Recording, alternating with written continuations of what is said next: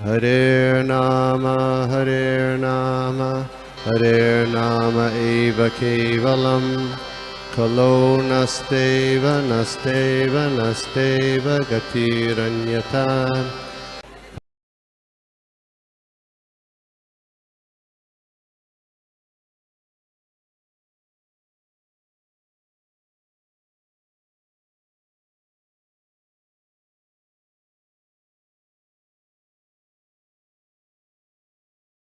Next सूत्र है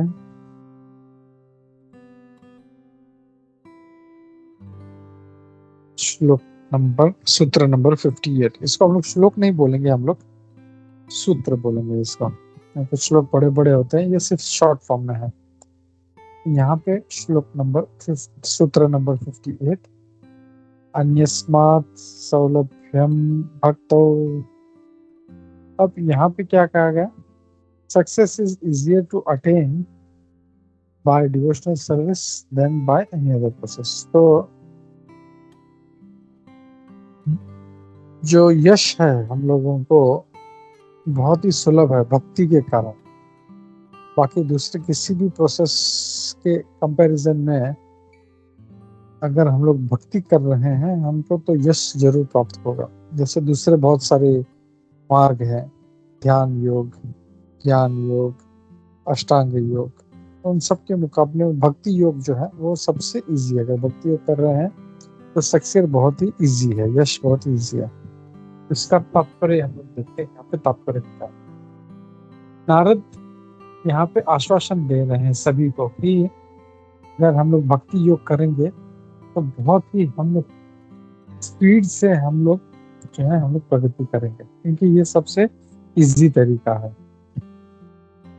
इसीलिए प्रभुपाद जी कई बार उदाहरण भी देते हैं। कोई बिल्डिंग है बड़ा, उसमें समझो 10 माले का बिल्डिंग है, अगर हम लोग सीढ़ी से चढ़ते हैं तो कितना टाइम लगेगा, थक भी जाएंगे, परेशान हो जाएंगे, कितना बार रुकना पड़ेगा। लेकिन उसमें सबसे इजी तरीका क्या है ऊपर जाने का? लिफ्ट में अगर बैठते हैं तो एसी भी लगता है, आनंद भी आता है, कोई तकलीफ भी नहीं होता। वैसे ही भक्ति है। बाकी दूसरे जो मार्ग हैं वो लोगों को बहुत ही परेशान करने वाले हैं, हम लोग इतना आसानी से नहीं कर पाएंगे। लेकिन भक्ति योग बहुत ही ईजी है, और इसलिए भगवान भगवद गीता में भी बोलते हैं सुसुखम कर्तुम अव्ययम। ये सुसुख यानी सिर्फ सुख नहीं, सुसुख यानी बहुत ज्यादा सुख देने वाला है। क्यों? Because it is the easiest way, सबसे आसान तरीका है। और ये बहुत ही महत्वपूर्ण जो है क्वालिफिकेशन है, इस गुण है इस कलयुग के लिए।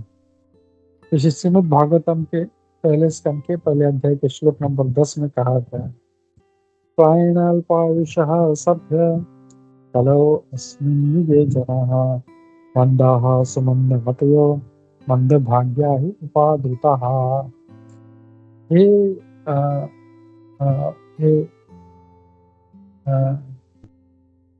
क्या कह रहा? लर्नड वन, यानी बहुत ही जो विद्वान है।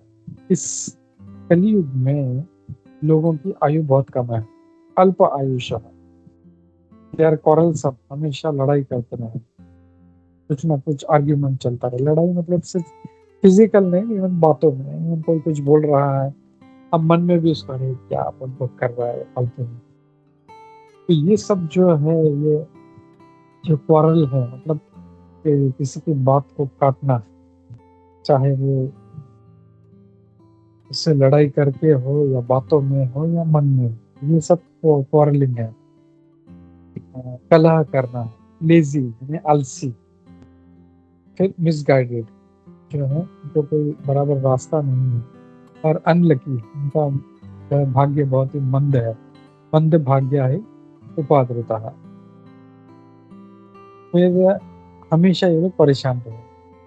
तो ऐसे जो कलयुग में है, ये कलयुग का लक्षण बताया गया है। क्या क्या है? आयु कम होगी, कलह करने वाला होगा, झगड़ा करने वाला होगा, आलसी होगा, मिसगाइडेड होगा, उसको कोई सही रास्ता दिखाने वाला कोई नहीं होगा, अनलकी होगा, और सबसे महत्वपूर्ण चीज हमेशा डिस्टर्ब। तो ये सब जो है कलयुग का सिम्टम है, इसका गुण है। और हम लोग को इसमें बहुत ध्यान से ये श्लोक पढ़ना चाहिए, हम लोग को याद रखना चाहिए इसमें से कौन सा गुण मेरे में है, और ये आइडेंटिफाई करके हम लोगों को धीरे धीरे अच्छा भक्ति करके उस दुर्गुण को हम लोग को हटाना है। फिर नेक्स्ट आगे कह रहे हैं, the characteristics the people of this age are disqualifications for the spiritual life. तो ये कलयुग का जो भी गुण है वो आध्यात्मिक जीवन के लिए दुर्गुण है। पहले के युगों में मनुष्य जो था वो भक्ति के लिए बहुत ही फेवरेबल, अनुकूल था। सतयुग में लगभग सारे लोग सतोगुण में हुआ करते थे और सारा समाज एकदम शांतिपूर्वक और धार्मिक हुआ करता था। उस समय जो लोग हैं, धर्म जो था वो मेडिटेशन था।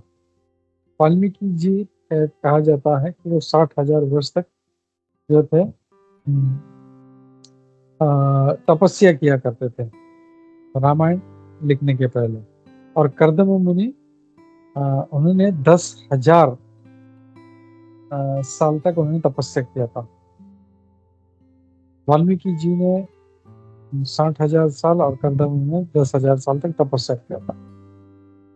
As the millennia proceeded from Treta to Dwapar, जैसे ही युग बदलता गया, त्रेता से द्वापर आए तो मनुष्य समाज है नीचे नीचे गिरता गया।